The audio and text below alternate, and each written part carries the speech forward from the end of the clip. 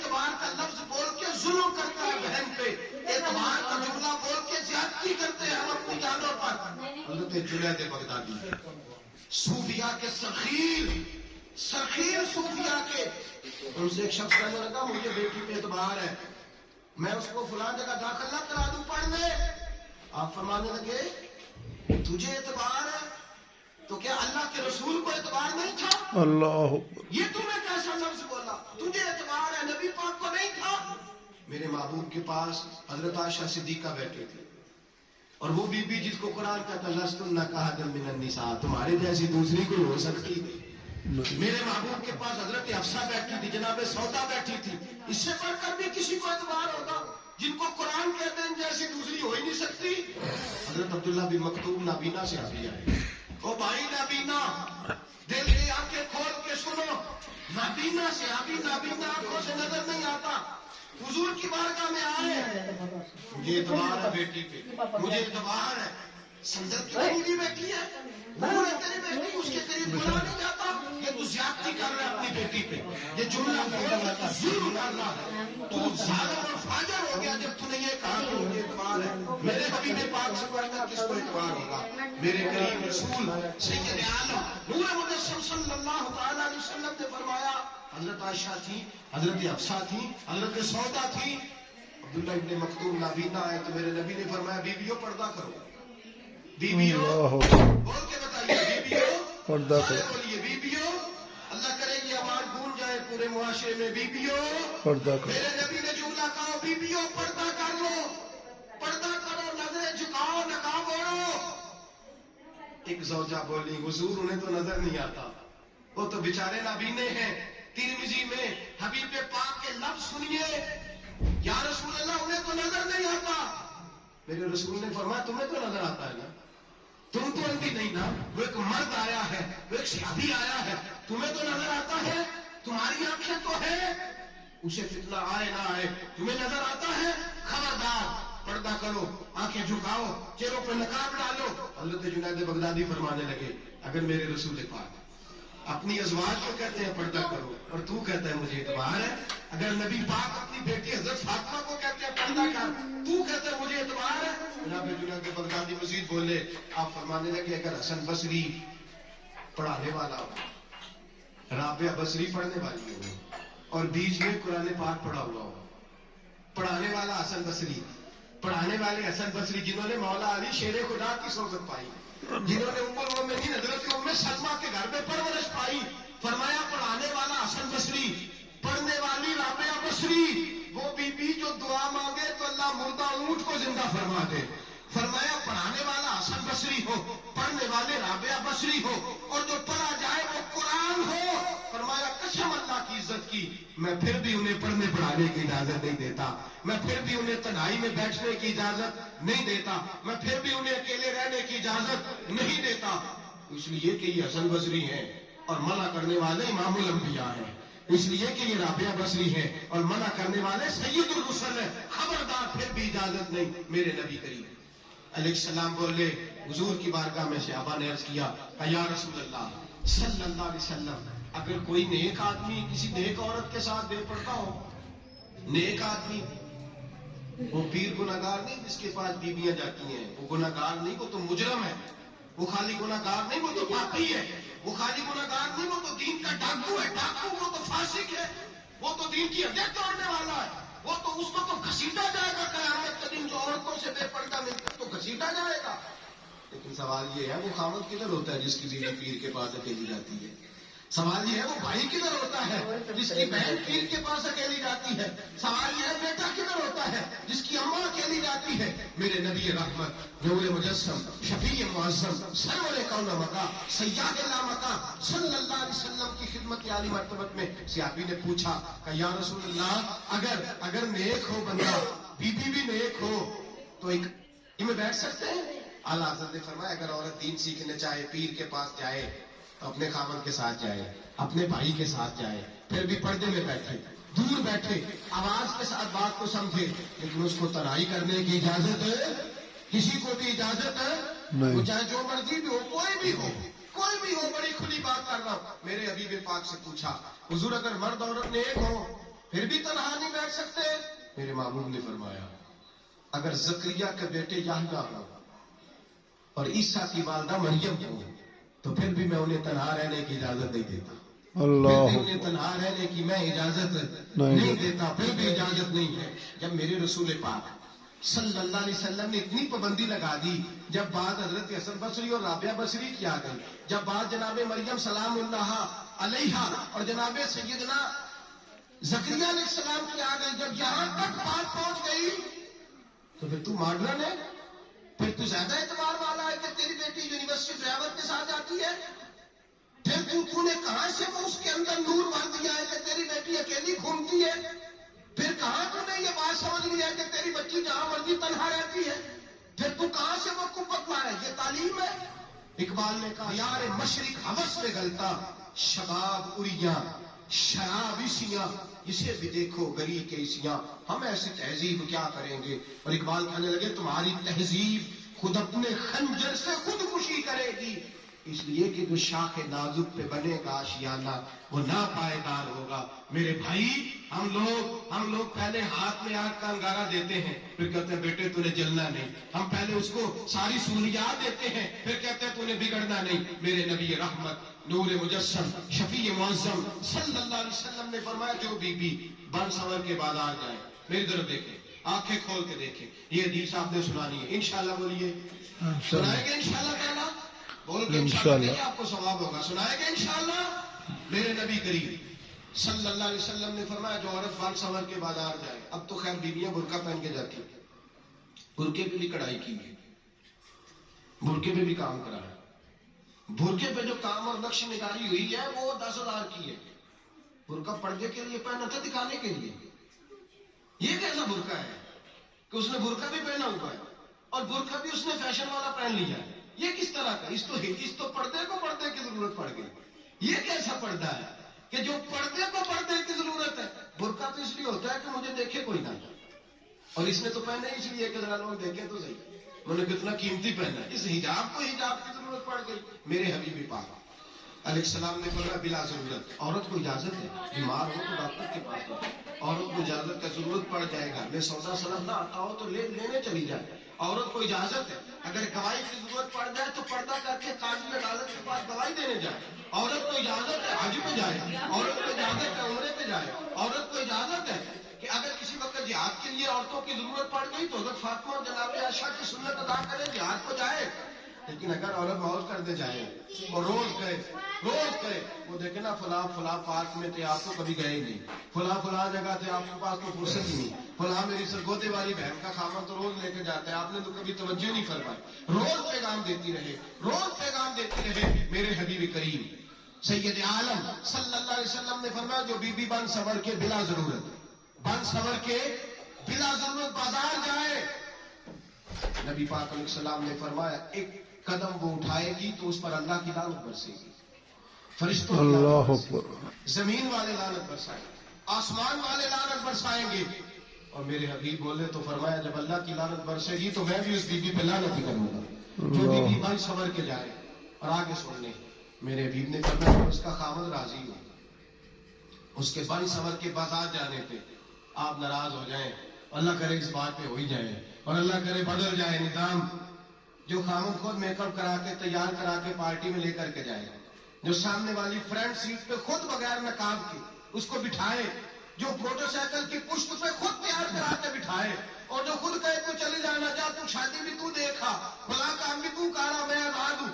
میرے حبیب نے فرمایا جس کی بیوی بن سنور کے جائے، جس کی بیوی میک اپ کر کے جائے، چیلم پہ بھی بیوٹی پارلر سے ہو کے جاتی ہے، جس کی بیوی بن سنور کے نکلے وہ راضی ہو، وہ خوش ہو، بعض ایسے منع کرتے ہیں ناراض ہوتے ہیں، وہ گناہ صرف عورت کے ذمے ہے، لیکن اگر عورت بن سنور کے نکل رہی ہے اور خامد راضی ہے وہ کہتا ہے ہاں ہم ماڈرن ہیں، ہم جدید دور کے ہیں، ہاں جدت اسی کا نام ہے، ہاں لوگوں کو پتا کیسے چلے گا ہمارے پاس پیسے ہیں، کیسے پتا چلے گا کہ 3 گاڑیاں ایک ابا جی کے پاس ہے، ایک بیٹی کے پاس ہے، ایک بیوی کے پاس ہے، کیسے پتا چلے گا کہ ہم بہت تعلقات والے، ابا جی فلاں شادی پہ، بیٹی فلاں گھر میں اور بیوی فلاں گھر چلی گئی، ہمارے تعلقات زیادہ ہے اس لیے ہمیں زیادہ جانا پڑتا ہے۔ میرے حبیب کریم علیہ السلام نے فرمایا عورت بن سنور کے جائے، خامد راضی ہو، وہ جتنے قدم اٹھائے گی اتنے ہی اپنے خامند کے لیے جہنم میں مکان تعمیر کرے گا. فرمایا اس کے خامند کے لیے اتنے مکان دوزخ میں تیار ہو گئے. وہ جلایا جائے گا, وہ تپایا جائے گا,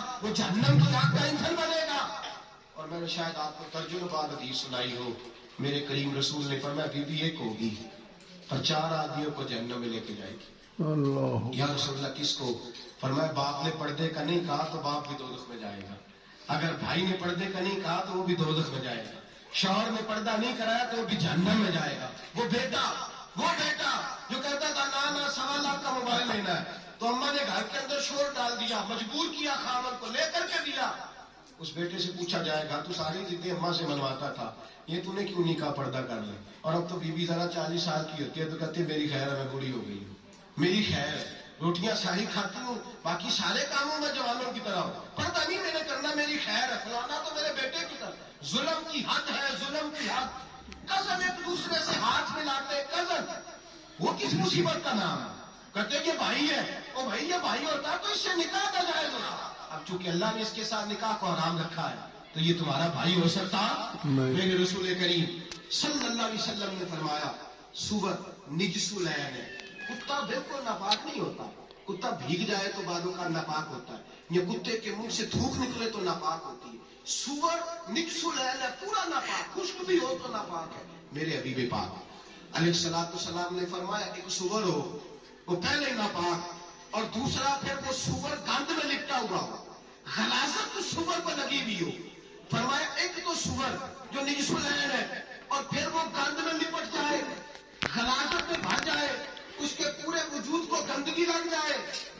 فرمایا وہ سور گندگی اور غلاظت میں لپٹا ہوا تیرے جسم سے لگ جائے تو اتنا برا نہیں جتنا غیر محرم عورت کا وجود تیرے وجود سے لگ جائے تو برا ہے. اللہ, اس قدر تفصیل دی, کہاں سے بات شروع کی اور کہاں میرے نبی نے سکھائی.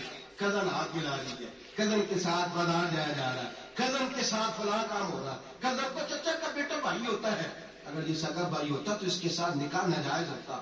خدا را آ جاؤ, لوٹ آؤ, واپس پلٹو دین کی طرف, لوٹو, اس تباہی سے نکلو. یہ جو آگ ہے, یہ جو بے سکونی ہے, یہ جو تماشا ہے, یہ لاکھوں کمانے کے باوجود جو بے برکتی ہے, یہ بڑی بڑی فوجوں کے باوجود جو روز مسجدیں اٹھتی ہیں, یہ جو روز جنازے پڑے جاتے ہیں, یہ جو روز بیٹیاں بیوہ ہوتی ہیں, یہ جو روز ماؤں کے سہاگ لٹتے ہیں, یہ ہماری نافرمانیاں ہیں. ہم دین کے معاملے میں ہم لوگوں نے نرمی شروع کر دی ہے, ہم اللہ اور اس کے رسول سے بغاوت کرنے لگے ہیں. میرے حبیب کریم سید عالم نور مجسم شفیع معظم صلی اللہ علیہ وسلم نے فرمایا زنا صرف شرمگاہ کا نہیں ہوتا.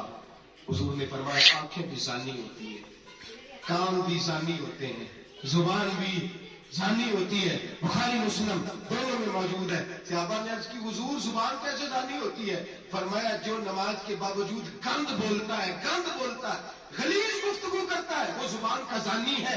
اور فرمایا جو روز گند دیکھتا ہے اور جتنی مرضی تجدے پڑے وہ آنکھ کا زانی ہے. اور جو گندی باتوں میں لذت محسوس کر کے سنتا ہے وہ جتنا مرضی روز اٹھ کے مسجد میں جھاڑو دے وہ کانوں کا زانی ہے. میرے نبی نے فرمایا آنکھ کا زنا بھی چھوڑ دو, کان کا زنا بھی, بولیے کان کا زنا بھی, زبان کا زنا بھی. مسند امام احمد بن حنبل اٹھائیے. ایک صحابی نے عرض کی حضور نماز میں دل نہیں لگتا, میرا قرآن پاک میں دل نہیں لگتا, درود و سلام میں دل نہیں لگتا. آمنہ کے معصوم لال نے کیا جواب دیا؟ حضور نے فرمایا جا اپنی نظر جا کے پاک کر لے, اللہ کے نبی کا وعدہ ہے تیرا سجدے میں دل لگنے لگ جائے. جا اپنی آنکھ کو طہارت دے, وضو کرا, نظروں کو پاک کر, اللہ کے رسول کا وعدہ ہے تیرا قرآن پاک میں دل لگے گا. جا کے اپنی نظر کو پاک کر, وعدہ ہے تیری زبان پہ درود و سلام جاری ہو جائے گا, اللہ کا ذکر جاری ہو جائے گا. میرے بھائیوں, عورت کا پردہ, عورت کا حجاب دین میں اسی طرح فرض ہے جس طرح نماز فرض ہے, اس طرح روزہ فرض ہے, اس طرح زکوٰۃ فرض ہے, اسی طرح عورت کا پردہ بھی فرض ہے. اگر کسی گھر میں عورت پردہ نہیں کرتی اس گھر کے مکین سارے اللہ کے حضور جواب دے ہیں. میرے حبیب کریم علیہ السلام نے جس عورت کو پسند کیا, جس عورت کی تعریف کی, جس عورت کی بابت میرے نبی نے ارشاد فرمایا, اور بڑے خوبصورت لفظ ہیں صاحب احکام القرآن میں لکھے ہیں. میرے حبیب پاک نے صحابہ کی محفل سجائی, مجمع کھچا کھچ مسجد بھر گئی. حضور نے فرمایا بول کے بتاؤ خیر النساء کون سی ہے, عورتوں میں سب سے اچھی بیوی کون سی ہے, بول کر کے بتاؤ. حضرت صدیق اکبر سے لے کر مولا علی تک، حضرت علی سے لے کر جناب بلال تک، حضرت سلمان فارسی سے لے کر عبداللہ مزنی تک بھرا پڑا ہے مجمع. حضور نے فرمایا بولو سب سے اچھی عورت ہے، سب سے اچھی عورت ہے کون ہوتی ہے؟ ایک صحابی کہنے لگے حضور جس کی نماز قضا نہ ہوئی ہے. فرمایا وہ بھی اچھی ہے پر تم میری مراد کو نہیں پہنچے. ایک نے کہا حضور جو خامد کی تابعدار ہو. فرمایا وہ بھی اچھی ہے پر تم میری مراد کو نہیں پہنچے. ایک صحابی نے کہا یا رسول اللہ جو پاک دامن ہو. حضور نے فرمایا تم میری مراد کو. حضرت علی فرماتے ہیں جب سب کے جواب غلط ہو گئے تو میں قد میرا چھوٹا تھا، میں پیچھے بیٹھا تھا، میں گردن جھکا کے پیچھے سے نکل گیا. سیدہ طیبہ طاہرہ حضرت فاطمہ الزہرا رضی اللہ تعالی فرماتے بی بی صاحب کے پاس پہنچا. میں نے کہا فاطمہ حضور نے سوال کیا ہے. تو حضرت فاطمہ بھی گویا مسکرا کے کہنے لگی علم کے شہر کے دروازے تو آپ ہی ہیں. تو آپ یہاں آ گئے. کہا حضور نے سوال کیا ہے اور مجھ سے لے کر ابو بکر عمر عثمان غنی تمام کو کسی کو جواب نہیں آیا. حضور نے پوچھا بہترین عورت کون ہوتی ہے؟ بہترین خیر النساء بہترین بیوی کون ہوتی ہے؟ تو حضرت سیدہ فاطمہ کہنے لگی یہ بڑی سادی سی بات تھی، سادی سی بات تھی، سمجھ نہیں آئی. کہ فاطمہ بتلا دو اتنی سادی ہے. تو حضرت فاطمہ کہنے لگی سب سے بہترین عورت وہ ہوتی ہے نہ کبھی غیر محرم نے وہ بیوی دیکھی ہو. اگلے جملے بھی یاد رکھنے، نہ کبھی غیر محرم نے وہ بیوی دیکھی ہو. اور فرمایا نہ اس بیوی نے کبھی کوئی غیر محرم دیکھا. صرف مرد پہ پابندی نہیں کہ وہ عورت نہ دیکھے، فرمایا عورت پہ بھی پابندی ہے کہ وہ بھی غیر محرم کا چہرہ نہ دیکھے. فرمایا بیوی نے بھی غیر محرم نہ دیکھا ہو وہ خیر النساء ہے، وہ سب سے اعلیٰ. حضرت علی کہتے میں جھٹ سے آیا پیچھے بیٹھا، بات ابھی جاری تھی، میں نے ہاتھ کھڑا کر دیا. میں نے کہا حضور میں بتاؤں؟ نبی پاک نے فرمایا بتلاؤ. تو کہتا ہے میں نے کہا حضور بہترین بیوی وہ ہوتی ہے جس نے نہ کبھی غیر محرم دیکھا ہو اور نہ غیر محرم نے کبھی اسے دیکھا ہو. علی فرماتے ہیں میں نے جواب دیا تو میرے رسول کی آنکھوں میں آنسو آ گئے. حضور روئے اور فرماتے ہنستے مسکراتے اچانک صحابہ کے آنسو برسنے لگے. مجمع پہ کیف سا طاری ہو گیا، آنکھیں برسنے لگی. ہم لوگ حضور کے رونے پر سجدے میں آ گئے. نظر اٹھائی تو جواب تو میں نے دیا تھا، تعریف میری ہونی چاہیے تھی، شاباش مجھے ملنی چاہیے تھی. میرے حبیب نے رو کے آنسو پوچھ کے فرمایا میں تمہیں کہتا نہیں الفاطمہ تو بدعۃ منی، فاطمہ واقعی میرے جگر کا ٹکڑا ہے، فاطمہ میرے وجود کا حصہ ہے، میں تمہیں کہتا نہیں رہتا. کہا فاطمہ میرے جگر کا ٹکڑا ہے. حضرت علی فرماتے ہیں صحابہ میری طرف دیکھنے لگے اور کہنے لگے علی جواب تو دے، شاباش بی بی صاحبہ کو ملے. تو کہتے ہیں میں نے کہا حضور روئے ہیں تو آنسو میرے بھی چھلک ہی پڑے ہیں. فرمانے لگے لفظ میرے ہیں پر سوچ اس بیٹی کے ہے جس کی تربیت محمد عربی نے فرمائی ہے. فرمایا جملے میرے ہیں، ناقل میں ہوں، بات میں بیان کر رہا ہوں، لیکن پیچھے سوچ اس نور والی بیٹی کی ہے جس کو اپنے گھر کے اندر رہ کے آنگن میں رکھ کے رسول پاک نے پرورش فرمائی. حضرت فاطمہ فرماتی ہیں حضرت علی میرے پاس دوڑے آئے اور کہنے لگے فاطمہ چل مسجد، پتہ نہیں حضور کو کیا ہو گیا. حضور رو کے بحال ہو گئے اور حضور حجرے میں رو رہے اور ہچکیوں کی آواز مسجد میں آ رہی ہے. چل ذرا چل کے حضور کی بات دیکھ کیا ہوا ہے، ہماری کو طاقت نہیں اندر جانے کی. سیدہ طیبہ طاہرہ حضرت فاطمہ جھٹ سے پردہ اوڑھا حاضر خدمت ہوئی، اندر گئیں. کہتے ہیں حضور کے کندھے پہ ہاتھ رکھا تو محبوب بیٹی کے ہاتھ کی ٹھنڈک محسوس کی، سر سجدے سے اٹھایا. فاطمہ آ گئی ہو. حضور آئے فرمایا چل بیٹی تو بھی ہاتھ اٹھا اور میری امت کی بیٹیوں کے لیے دعا مانگ. جب تو بھی ہاتھ اٹھا میری امت کی بہنوں ماؤں کے لیے دعا مانگ. محبوبہ کیا ہوا؟ میرے حبیب نے فرمایا رات مجھے دکھایا گیا ہے دوزخ میں کچھ بیبیاں ہیں، ان کے بال فرشتوں نے باندھے ہوئے ہیں اور انہیں گرز مار رہے ہیں. وہ چیختی چلاتی ہیں اور مدد کے لیے پکارتی ہیں، وہ بڑی تکلیف میں ہیں. تو بی بی صاحب عرض کرتے ہیں یا رسول اللہ ان کی غلطی کیا ہے؟ تو میرے نبی نے فرمایا وہ باریک دوپٹہ اوڑھتی تھی، وہ باریک دوپٹہ اوڑھتی تھی، ان کے بال چمکتے تھے، غیر محرموں کی نظر پڑتی تھی.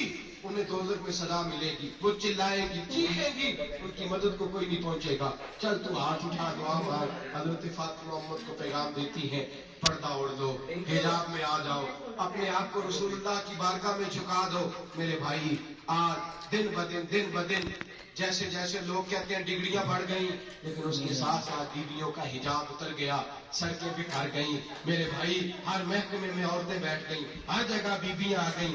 بینک میں عورتیں آ گئی، ملازم میں عورتیں آ گئی، دفاتر میں عورتیں آ گئی، جگہ جگہ گناہ کے اڈے قائم ہو گئے۔ حبیب کریم سید عالم نور مجسم شفیع معظم صلی اللہ تعالی علیہ وسلم نے فرمایا جب بی بی گھر سے نکلتی ہے شیطان اسے تاڑتا ہے، وسوسہ اندوزی کرتا ہے، اور نازک ہوتی ہے، عقل کی عادی ہوتی ہے، اس کو لوگ وسوسے میں ڈال لیتے ہیں۔ پاکستان کا تجزیہ نگار کہتا ہے اگر 100% پسند کی شادیاں ہوتی ہیں ان میں 40% لڑکے اپنے گھر والوں کو مجبور کرتے ہیں، 60% لڑکیاں مجبور کرتی ہیں، 60% ان کے اندر ایسی شیطانیت بھری جاتی ہے، کمزور عقل ہوتی ہے، اسے ایسے باغات دکھائے جاتے ہیں، الجھ جاتی ہے، اور جس تیزی سے یہ جعلی نکاح ہوتے ہیں اس تیزی سے طلاق ہوتی ہے۔ وہ بیٹی جو کالی چنگل میں پھنس کے جدت کے چنگل میں اپنی مرضی کرتے ہوئے میدان میں نکلی تھی، ساری زندگی کا ڈبہ لگا کے گھر بیٹھ گئی۔ لڑکا طلاق دے کے بھی پاک کا پاک ہی رہتا ہے، اور بیٹی کی منگنی بھی ٹوٹ جائے تو لوگ کہتے ہیں کوئی نہ کوئی بات تو ہوگی، ایسے تھوڑی ہو جاتا ہے۔ بیٹیوں تمہیں رسوا کیا جا رہا ہے، بہنوں تمہاری عزت سے کھلواڑ ہو رہا ہے، تمہیں بازار کی زینت بنا کے تمہارے اصل مقام سے تمہیں گرایا جا رہا ہے۔ تم سمجھ رہے ہم جدید ہو گئی لیکن تمہارا نقصان ہو رہا ہے، تمہیں رسوا کیا جا رہا ہے۔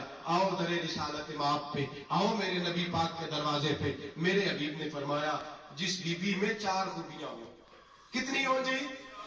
یہ آپ نے دعا کر دی، اللہ کرے میری بیٹی میں 4 خوبیاں آ جائیں، اللہ کرے میری بہن میں 4 خوبیاں آ جائیں، اللہ کرے ہماری گھر کی مستورات میں اونچا آمین کہیے سب میں 4 خوبیاں، اللہ کرے بھر جائے 4 خوبیاں۔ میرے حبیب نے فرمایا جو بی بی ضروریات دین کا علم جانتی ہو، دوسری خوبی اس بی بی کے اندر یہ ہو کہ وہ بی بی اپنے خامن کو راضی کرنے والی ہو، تیسرا فرمایا اس بی بی میں خوبی یہ ہو کہ اللہ کے محرمات کا خیال رکھتی ہو، حرام میں نہ پڑتی ہو، چوتھا فرمایا پردے کی پابند ہو۔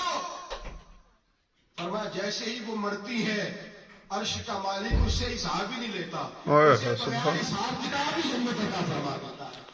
جو پردے کی پابند ہو، خامن راضی ہو، محرمات سے بچتی ہو، فرمایا وہ بی بی اللہ تبارک و تعالیٰ اس سے کوئی حساب کتاب بغیر حساب کے اللہ اس کو جنت میں داخل کر دیں گے، رب حساب نہیں پوچھے گا۔ اللہ کرے میری بیٹی بھی بغیر حساب جنت جائے، مائیں بہن بیویاں بغیر حساب جنت میں جائیں، اللہ کرے ہم سب کے گھروں میں جتنی عورتیں ہیں ان سے کوئی حساب نہ لیا جائے، بغیر حساب ہی جنت میں جائے۔ پھر انہیں پردے کا پابند کرو، پھر انہیں شوہر کی تعظیم سکھاؤ، پھر انہیں حرام سے بچنا سکھاؤ، پھر انہیں رسول اللہ صلی اللہ علیہ وسلم کی بیٹی کا اسوہ نور سکھاؤ، پھر انہیں حضرت عائشہ کی سیرت پڑھاؤ، پھر حضرت خدیجہ الکبریٰ کا طریقہ بتلاؤ، پھر انہیں رسول اللہ کی کنیزائیں بناؤ۔ اللہ کرے ہم یہاں سے جمعہ پڑھ کے جائیں تو ہمارے ہاتھ میں ایک برقع بھی ہو، ہمارے ہاتھ کے اندر جو ہے وہ ایک بڑی چادر بھی ہو، اماں کو کہے اماں یہ چادر رکھ، اس سے نقاب اوڑھ کے نکلنا۔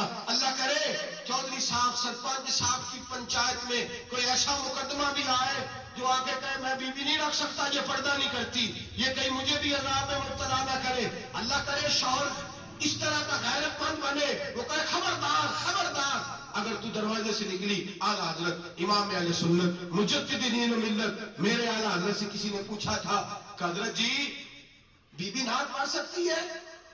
فتاوی رضویہ کی 14ویں جلد، بی بی میلاد پڑھ سکتی ہے؟ میلاد اعلیٰ حضرت نے فرمایا اگر بی بی میلاد پڑھ رہی ہو، نعت پڑھ رہی ہو اور اس کی آواز غیر محرم کے کانوں تک جا رہی ہو، فرمایا اسے ثواب نہیں ہوگا، اسے حرام کام کرنے کا گناہ دیا جائے گا۔ بی بی کو منع ہے، وہ نعت کی آواز بھی عورت کا ہی نہیں پڑتا، دین میں تو عورت کی آواز کا بھی پڑتا ہے، دین میں تو عورت کی حضرت سیدہ زینب، حضرت فاطمہ کی وہ لخت جگر جو میدان کربلا میں امام حسین برابر کی شریک رہی سیدنا امام حسین کے ساتھ۔ یحییٰ بن معین کہتے ہیں میں 15 سال تک حضرت زینب کا پڑوسی رہا ہوں، 15 سال۔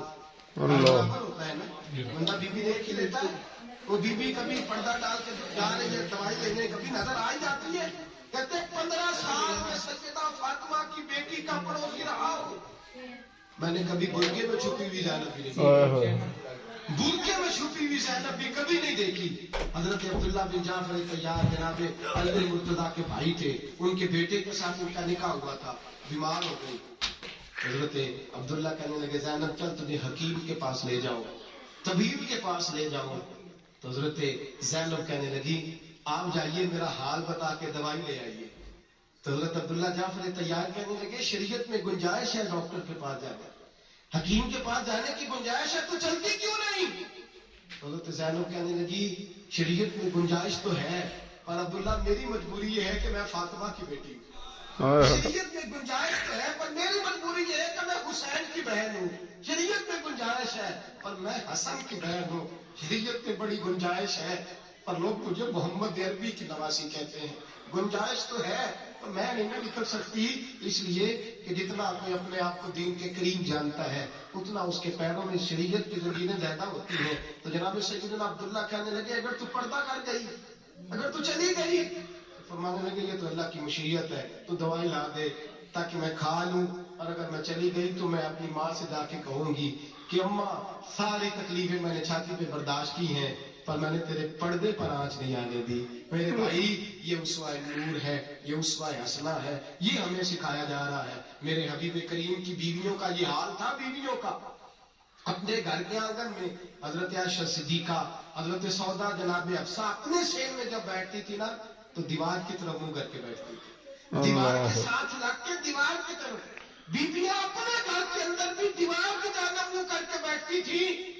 لوگ پوچھتی, بیویاں پوچھتی کہ اپنے گھر میں بھی دیوار کو منہ کرنے کا مطلب, کہتی ہو سکتا ہے کہ چھت پہ چڑھے اچانک نظر پڑے تو ہم چاہتی ہیں پھر بھی ہمارا چہرہ نظر نہ آئے اسے, پھر بھی ہمارا چہرہ نظر. ہم اپنے گھر کے اندر بھی پابند رہتی ہیں کہ ہمارے چہرے نظر نہ آئے. خدا را بڑے پیسے زندگی میں لوٹائے ہیں, 1000 1500 گھٹکے پہ بھی خرچ کرو, وہ گھر لے جاؤ, وہ اماں کو بھی دو, بہن کو بھی دو, بیوی کو بھی دو, اس کو کوئی پہل لے. اس لیے کہ جب تو حضرت فاطمہ کے طریقے کا پردہ کرے گی تو تیرے آنگن میں سیدہ زینب کی طرح کی بیٹیاں پیدا ہوں گی, وہ اس سنت پہ چلنے والی بیٹیاں تیرے آنگن میں آئیں گی. خدا را میرے بھائی آج یہ نیت کرو, یہ ارادہ کرو اور اپنے گھروں کو پردے کا پابند بناؤ. اگر ایک بیٹی پردہ دار ہو گئی تو کئی خاندان پردہ دار ہو جائیں گے. اگر ایک بیٹی پردہ دار ہو گئی تو کئی گھرانے سنوریں گے, کئی جگہ پہ نور پھیلے گا. اے عرش کے مالک, اے میرے محبوب کے خدا, تجھے واسطہ ہے میرے محبوب کی بیویوں کا اور تجھے صدقہ حضور کی شہزادیوں کا. اے اللہ اتنا کرم برسا, اتنی رحمت برسا کہ میرے وطن کی بیٹیاں اور میرے وطن کی مائیں بہنیں بچیاں یہ سمجھ جائیں کہ ہماری نجات صرف حضرت فاطمہ کے برقعے میں ہے, حضرت عائشہ کے پردے میں ہے, سیدہ خدیجہ الکبریٰ کے حجاب میں ہے. اللہ کرے یہ سمجھ جائے اور یہ جب بھی سجدہ کریں تجھ سے حیا مانگیں, یہ تجھ سے جب بھی سجدہ کریں یہ تجھ سے اپنے لیے چادر تطہیر اور پردہ تنویر مانگیں. اللہ کرے مجھ بے عمل کی منہ سے نکلے ہوئے لفظ کسی کے دل میں تاثیر بن کے اترے اور پھر دنیا کے اندر یہ رواج عام ہو کہ ہر کوئی پردہ کرے, ہر کوئی با پردہ ہو جائے. اے اللہ تو تاثیر نازل فرما, اے اللہ تو عمل کی دولت نازل فرما, اے اللہ ہماری بیٹیوں کو عزت کی چادر عطا فرما, ہمیشہ مدحت خیر الانام میں گزرے. دعا ہے یہ عمر درود و سلام میں گزرے. آخری